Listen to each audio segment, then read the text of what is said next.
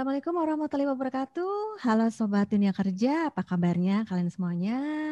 Jumpa lagi bersama saya Anna Sylvia yang masih terus menemani kalian di program yang berisi obrolan yang menarik, inspiratif. Apalagi kalau bukan di program Dunia Kerja by Jakarta Rex.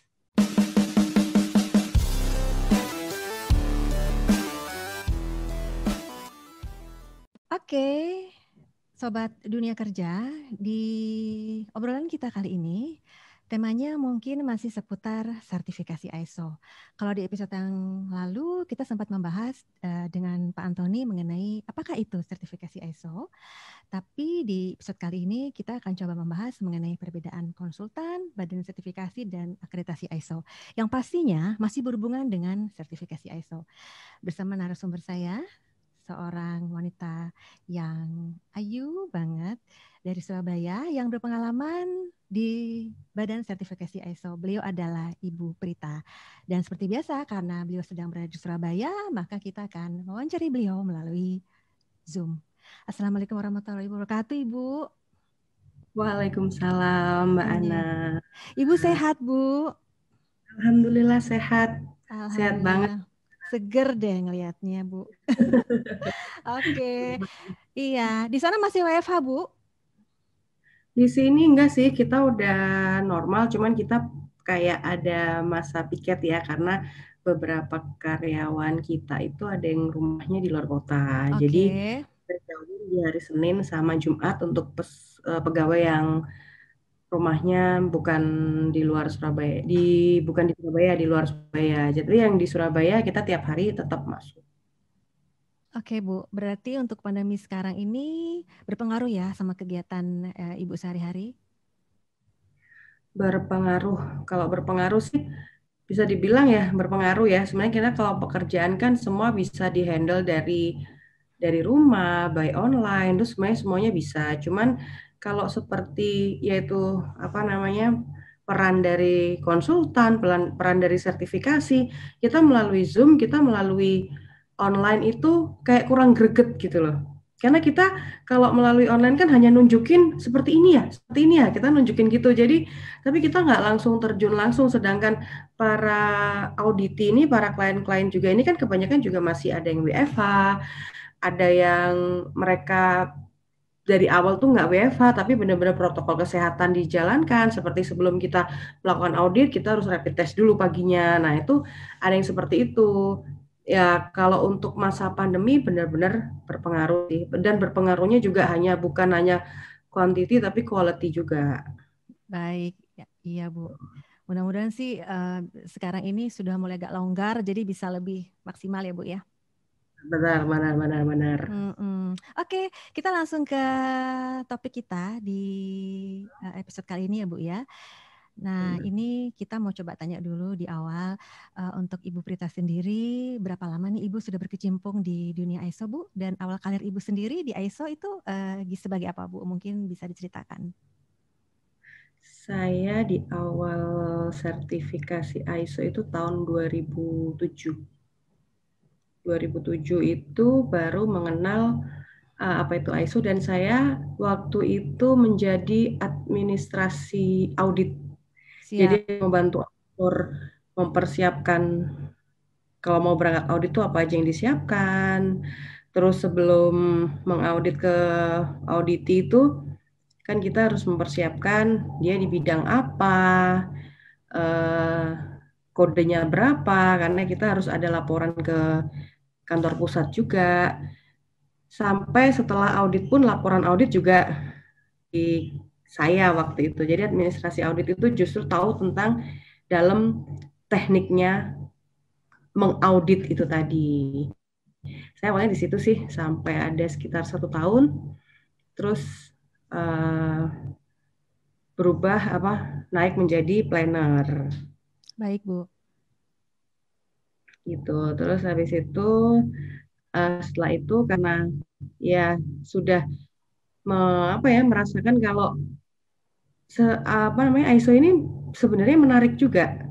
Menarik itu bukan karena sebelumnya saya bekerjanya yang berpengaruh dengan fisik ya. Maksudnya kayak di tempat olahraga yang harus seperti apa, yang membutuhkan tenaga. Nah, kalau di ISO ini enggak, kita kan cuma duduk mempersiapkan dan lain-lain.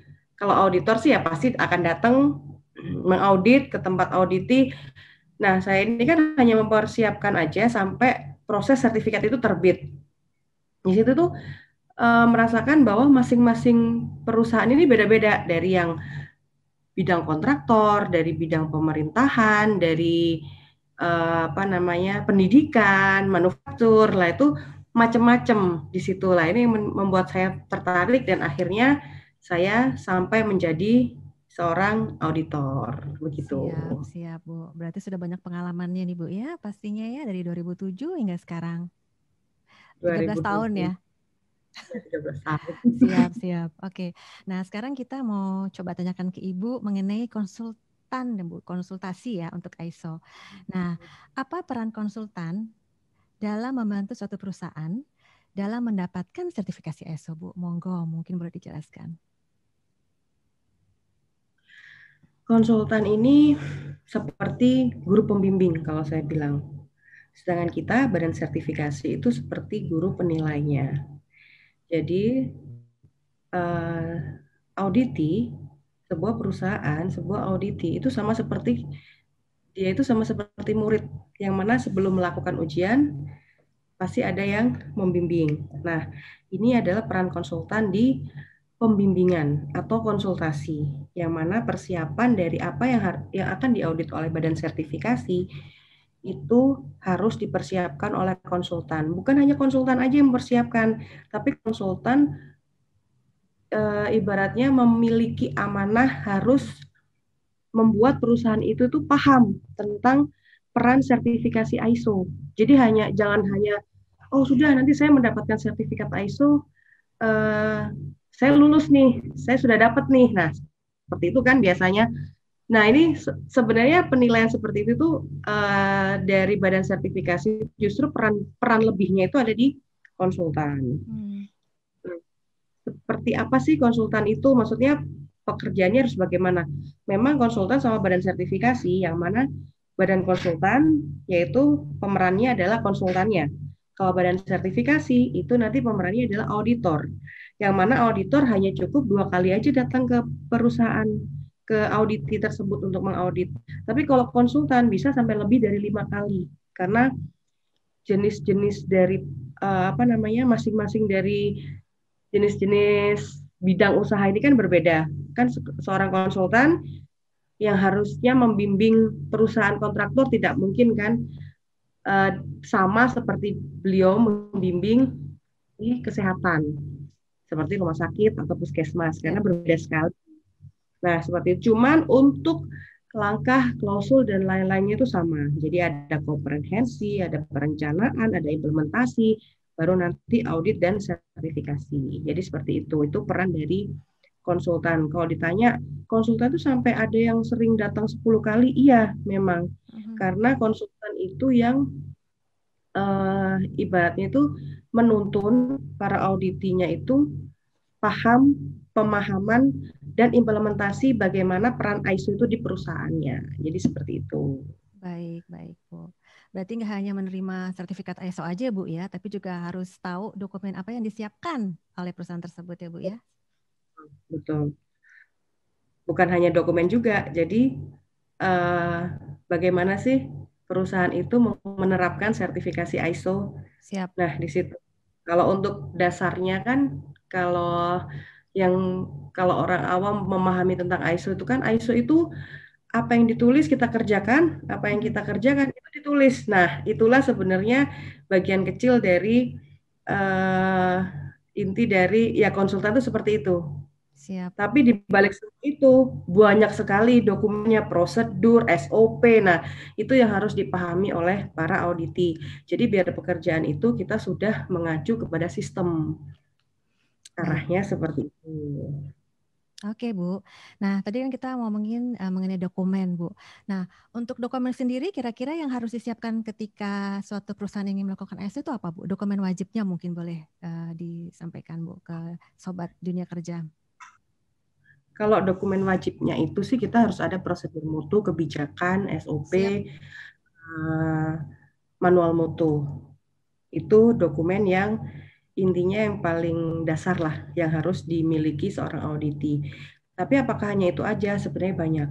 Dan masing-masing badan konsultan tuh memiliki ciri khas masing-masing. Gitu. Ada yang benar-benar memberikan penerapan implementasi ISO, ada yang memberikan penerapan implementasi ISO dan pengembangan bisnisnya juga. Jadi ada juga konsultan yang mengajarkan audit ini nggak hanya penerapan ISO, tapi bagaimana cara perusahaan ini tuh biar bisa berkembang, biar tahun depan pada waktu melanjutkan sertifikasi ISO itu ada perubahan. Jadi seperti itu. Itu ada konsultan yang seperti itu, tapi ada konsultan juga yang cukup menerapkan aja nih tahun awal, nanti tahun depan kita ketemu lagi untuk pengembangan bisnis, ada yang seperti itu. Nah, ciri-ciri dari konsultan itu berbeda-beda sih Mbak Ana. Jadi ya kalau dibilang kita harus memilih konsultan seperti apa, nah itu masing-masing auditi memang bukan dari badan sertifikasi menentukan oh konsultan seperti ini Bu, itu enggak. Jadi biar auditi yang mencari sendiri kita karena kita tim penilai. Jadi memang kita tuh lain lembaga yang memang tidak boleh satu, tapi kita harus satu paket. Jadi seperti itu karena seorang auditor, sebuah badan sertifikasi mengaudit perusahaan tidak bisa tanpa adanya perusahaan tersebut dibimbing oleh konsultan. Jadi seperti itu. Baik, Bu. Nah, sekarang tadi kita sudah membahas mengenai konsultan dan konsultasi sertifikat ISO. Sekarang kita akan coba membahas topik yang lain, yaitu mengenai badan sertifikasi nih, Bu. Nah, boleh Ibu jelasin ya ke Sobat Dunia Kerja, apa yang dimaksud dengan badan sertifikasi itu, Bu? Nah, badan sertifikasi itu memang bisa dibilang prosesnya itu lebih rumit dibandingkan badan konsultan. Karena badan sertifikasi itu tidak akan bisa berdiri tanpa dia adanya akreditasi. Nanti akan ada lagi nih pertanyaan, apa itu akreditasi? Betul, Masih betul. seperti Itu pertanyaan selanjutnya, Bu. Tahan dulu. Sekarang mungkin baru jelasin mengenai badan sertifikasi dulu tuh seperti apa. Monggo. Jadi badan sertifikasi itu dia bisa berdiri karena mendapatkan akreditasi dari badan akreditasi. Yang mana badan sertifikasi apabila sudah mendapatkan akreditasi, dia bisa mengoperasionalkan penilaian audit kepada perusahaan-perusahaan ataupun kepada organisasi seperti pemerintah yang saya sebutkan tadi, kesehatan, pendidikan, manufaktur, kontraktor, jasa, dan lain-lainnya. Badan sertifikasi itu adalah badan yang menerbitkan sertifikat. Baik, Kalau oke. yang badan konsultan kan dia yang menerbitkan dokumennya. Kalau badan sertifikasi dia yang menerbitkan sertifikatnya. Apakah badan sertifikasi itu prosesnya hanya menerbitkan sertifikat aja ya? Enggak, kita melakukan audit. Audit juga ada beberapa tahapan yang mana sampai dikeluarkannya sertifikat. Jadi kita nggak seperti ngurus KTP ya, yang ngisi data diri, terus kita foto, udah jadi, nggak seperti itu. Jadi untuk sertifikat ISO itu kita ada prosesnya. Jadi penerapan yang sudah dibangun sama konsultan tadi, kita berikan penilaian dari badan sertifikasi, dari auditor. Apabila perusahaan tersebut layak direkomendasikan mendapatkan sertifikat ISO, itu kita terbitkan sertifikat untuk bisa menjadi apa ya, kalau perusahaan kan kalau saya dapat sertifikat ISO itu lain, beda sama seperti kalau produk kalau sudah ber-SNI itu kan pasti lebih beda ya. Jadi kayak lebih apa ya? Lebih dipercaya lah sama masyarakat. Jadi seperti itu. Oke, Bu, baik. Berarti untuk konsultan itu menerbitkan dokumen, sedangkan untuk badan sertifikasi ISO menerbitkan dokumen ya, Bu ya. Berarti ya, perbedaannya seperti itu yang mesti Ya, jadi digarisbawahi ya. badan konsultan menerbitkan dokumen, badan sertifikasi yang menerbitkan sertifikatnya. Baik, baik. Jadi seperti Baik. Nah, kalau misalnya perbedaan antara badan sertifikasi dalam dan luar negeri itu apa, Bu? Kira-kira? badan sertifikasi dalam dan luar negeri itu sebenarnya apa ya bedanya ya? Jadi gini, badan sertifikasi itu terakreditasi dari mana dulu? Oh, siap, siap. Karena badan akreditasi itu kan adanya di masing-masing di setiap negara. Kalau badan sertifikasi di Indonesia misalkan banyak ratusan badan sertifikasi ada di negara Indonesia sendiri. Tapi kalau badan akreditasi di Indonesia ya cuma satu, seperti Oke, itu. siap. Nah, bedanya dalam dan luar negeri itu apa? Badan sertifikasi itu ada yang terakreditasi dari Inggris, ada yang terakreditasi dari Amerika, ada yang terakreditasi dari Australia, ada yang dari Belanda, ada yang dari India. Nah, itu mungkin yang bisa disebut badan sertifikasi dari luar negeri mungkin ya. Iya, Kalau yang dalam negeri yaitu diakreditasi oleh negara Indonesia. Kita mempunyai badan akreditasi sendiri yang disebutkan itu tadi. Jadi seperti itu, Mbak Ana. siap-siap, Bu. Nah, untuk hubungan antara sertifikasi ISO dengan akreditasi sendiri apa ya, Bu ya? Kita tidak akan bisa berdiri, Mhm. badan sertifikasi tidak akan bisa beroperasional tanpa diakreditasi oleh badan akreditasi. Kalau dibilang apakah badan sertifikasi itu harus terakreditasi, ya saya jawab harus karena memang dari tuntutan ISO itu memang harus ada akreditasinya karena akreditasi ini adalah jadi ibarat gini, kalau saya ibaratkan nih semua sekolahan universitas tidak akan bisa berdiri tanpa diakreditasi dinas pendidikan, benar nggak? Betul. Kan nggak mungkin ya Mbak Ana mendirikan sekolah tanpa ada izin dari dinas pendidikan. Nah, itu seperti itu contohnya. Jadi akreditasi itu wajib untuk kita mendirikan badan sertifikasi untuk kita bisa melakukan audit. Seperti itu. Auditor kita pun juga tersertifikasi lead auditor, yang mana ada istilahnya ada lembaga untuk kita training atau untuk kita pelatihan menjadi auditor itu ada dari masing-masing badan sertifikasi juga. Jadi seperti itu Mbak Ana. Oke, baik. Berarti untuk badan sertifikasi yang terakreditasi itu berarti tergantung dari masing-masing negara, Bu ya? Betul. Kalau dibilang ini sertifikat dari luar, ini sertifikat dari dalam negeri. Sebenarnya ISO itu sudah standar internasional. Entah itu dari dalam maupun dari luar negeri itu sama-sama kita standarnya internasional karena kita mengacunya pada IAF. Nah, pasti akan ada pertanyaan lagi nih, IAF itu apa? Pasti gitu kan. Mhm. Nah, IAF itu kumpulannya dari badan akreditasi seluruh negara. Oke, Singkatannya International Accreditation Forum. Yang mana para badan akreditasi ini berkumpul di salah satu di forum itu tadi IAF yang mana membahas tentang standar internasional dari ISO 9001. Apakah ada standar nasional? Standar nasional kita ada sesuai dengan undang-undang kita yang seperti standar produk seperti SNI, halal, BPOM. Nah, seperti itu standar nasional. Tapi kalau sudah berbunyi ISO 9001, ISO berapa banyak macamnya, itu sudah standar internasional karena itu kumpulan dari badan akreditasi seluruh negara. Salah satunya Indonesia juga termasuk dalam IAF. baik, siap, Bu. Oke, Bu, tadi sepertinya yang tadi Ibu sudah jelaskan bahwa akreditasi itu ada dari beberapa negara gitu ya, kayak di Amerika, di Australia, kemudian di Jerman. Itu perbedaannya apa ya, Bu ya? Boleh tolong dijelaskan, Bu? Boleh, boleh banget nih. Jadi gini, akreditasi itu kan memang perwakilan dari masing-masing negara. Eh, karena badan akreditasi dari setiap negara itu langsung dipimpin oleh pemimpin negara tersebut. Jadi kayak di Indonesia kan langsung di bawah pimpinan langsung dari oleh Presiden Indonesia. Jadi seperti itu. Bukan bukan apa namanya ibaratnya itu badan akreditasi itu masuk dalam jajaran pemerintahan di setiap masing-masing negara. Oke. Jadi seperti itu.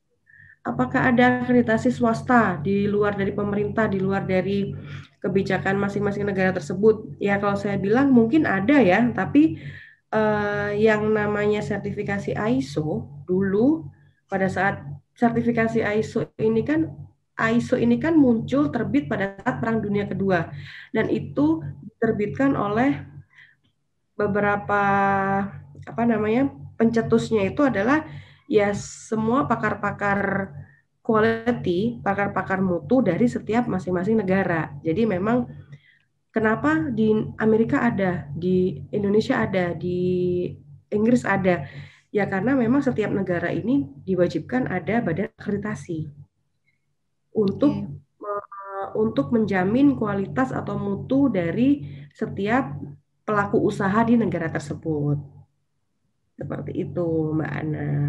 Oke, Bu, siap.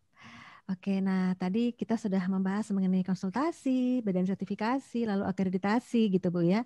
Nah, mungkin ini ada nggak tips dari Ibu eh, untuk sobat dunia kerja dalam hal memilih badan sertifikasi yang baik dan terpercaya supaya mereka juga nggak salah pilih Bu. Kira-kira ada masukan nggak dari Ibu? Karena saya pernah melihat juga ada beberapa badan sertifikasi yang tidak terakreditasi Bu. Itu gimana?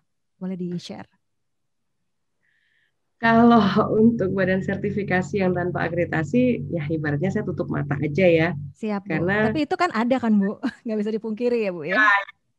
nggak bisa dipungkiri sih, itu ada. Bahkan saya sempat, ya kalau dalam dunia bisnis ya, saya sempat shock sih. Shocknya itu yang mana kita memberikan penawaran harga dengan sesuai dengan ISO, sesuai dengan badan sertifikasi yang terakreditasi, kita harus seperti apa. Ternyata tiba-tiba dianjurkan dengan yang tanpa akreditasi, misalkan seperti itu. Oke. Ya, Mhm. inilah bisnis saat ini. Kalau untuk sobat dunia kerja, untuk memilih, misalkan perusahaan saya ini, bos saya mau ISO nih, saya harus memilih yang seperti apa. Itu selalu saya jelaskan, pilihlah badan sertifikasi yang memiliki akreditasi. Siap. Akreditasi yang jelas-jelas akreditasinya adalah masuk dalam IAF, Oke. International Accreditation Forum. Nah, apalagi itu untuk pelaku usaha yang ekspor impor ya, Ya. yang udah eh, apa namanya produknya yang udah harus diekspor ke luar negeri, dinikmati oleh bukan hanya warga Indonesia, sudah mendunia, sudah ke mancanegara. Nah, itu memang wajib sertifikasi ISO-nya itu ya kalau saya beri saran itu carilah badan sertifikasi yang memiliki akreditasi terpercaya. Akreditasi itu siapa apa aja sih? Banyak akreditasi. Bisa diketik di Google aja bisa kok Mhm. akreditasi dari negara mana misalkan nanti Ya. pasti akan muncul. Nanti pasti akan muncul. Nah, kalau ini lagi akreditasi itu apakah ada kumpulannya? Ada, yaitu tadi yang saya sebutkan di forum IAF namanya. Di IAF nanti akan ada. Siapa sih badan akreditasi pertama di dunia? Ya pasti kita udah tahu lah siapa yang Mhm. nomor satu yang mempunyai akreditasi. Terus apakah ada nomor satu, nomor dua, nomor tiga? Enggak sebenarnya. Jadi karena semua itu sudah disetarakan standarnya internasional. Jadi memang peran dari badan sertifikasi di setiap negara itu sudah memiliki peran masing-masing yang mana sudah terbentuk dalam IAF tersebut. Jadi Oke. seperti itu. Iya. Berarti harus berakreditasi ya, Bu ya. Selain itu ada lagi Ya. nggak, Bu? Kira-kira masukannya untuk sobat dunia kerja selain harus Nah, berakreditasi? kalau untuk sobat dunia kerja ya, ibaratnya ini kan sertifikasi ISO itu kan seperti investasi pada perusahaan. Ya, kalau bisa dibilang kita ini nggak sih takut nggak lulus, misalkan seperti itu. Takut nggak lulus nih untuk ISO-nya saya harus bagaimana? Yaitu saran kita carilah badan konsultan yang amanah. Ya. Carilah badan konsultan yang amanah. Maksud saya amanah itu benar-benar membimbing, menuntun dari perusahaan. Kalau udah bilang saya mau ISO nih, berarti kan dia nggak tahu apa-apa tuh tentang ilmu ISO itu Ya, tadi. betul, betul, Nah, Bu. inilah peran badan konsultan yang mana bisa membantu sampai melakukan penerapan sampai dia paham, oh ternyata enak ya bekerja sudah menerapkan ISO itu, saya nggak harus susah. Karena kan sebelumnya kalau udah secara tradisional, kalau misalkan kita bekerja kita sakit nih, kita sakit, biasanya kan perusahaan tersebut berhenti nih gara-gara satu karyawan sakit nih karena nggak ada yang bisa didelegasikan lain. Nah, kalau sudah berbicara tentang sistem di ISO itu udah berbeda. Jadi perusahaan akan tetap berjalan seperti biasanya meskipun ini si keuangannya sakit kek atau cuti kek atau apa. Ya. Jadi tidak tidak memberhentikan suatu produksi atau suatu perusahaan tersebut untuk berjalan. Jadi seperti itu. Iya. Nah, saran Sobat Dunia Kerja itu tadi mencarilah badan konsultan yang bisa dibilang bisa menuntun perusahaan tersebut benar-benar melakukan penerapan. Nah, setelah badan konsultan bisa melakukan penerapan, nanti bebas memilih badan sertifikasi yang seperti apa. Yang jelas harus akreditasi. Jadi seperti itu, karena kita mengeluarkan biaya untuk sertifikasi ISO itu juga nggak sedikit. Jadi ibaratnya itu seperti kita berinvestasi di perusahaan kita, ibaratnya seperti itu Mbak. Nah, jadi sayang banget kalau cuman ya yang penting kita asal tahu ISO seperti ini, bla bla bla Ya. bla. Nanti kita di juga pasti banyak temuan. Nah, kalau banyak Mhm. temuan nanti nggak lulus dong. Bagaimana? Yang namanya sertifikasi ISO tuh dari buruk, istilah-istilahnya dari jelek menjadi cukup, itu kita diakui di ISO. Karena Oke. memang setiap perubahan itu harus ada, continual improvement itu harus ada di setiap standar ISO. Nah, ini adalah peran dari perusahaan itu sendiri yang mana bekerja sama dengan auditor dan konsultan. Bagaimana tahun depan saya harus berubah nih? Mhm. Bagaimana tahun depan lagi saya harus berkembang di bisnis saya nih? Yang mana misalkan target saya tahun ini 1M, tahun depan saya harus 2M nih. Ya. Bagaimana? Nah, ini penerapan ISO ini bisa. Nah, disitulah saya uh, memberikan tips pada sobat kerja ya.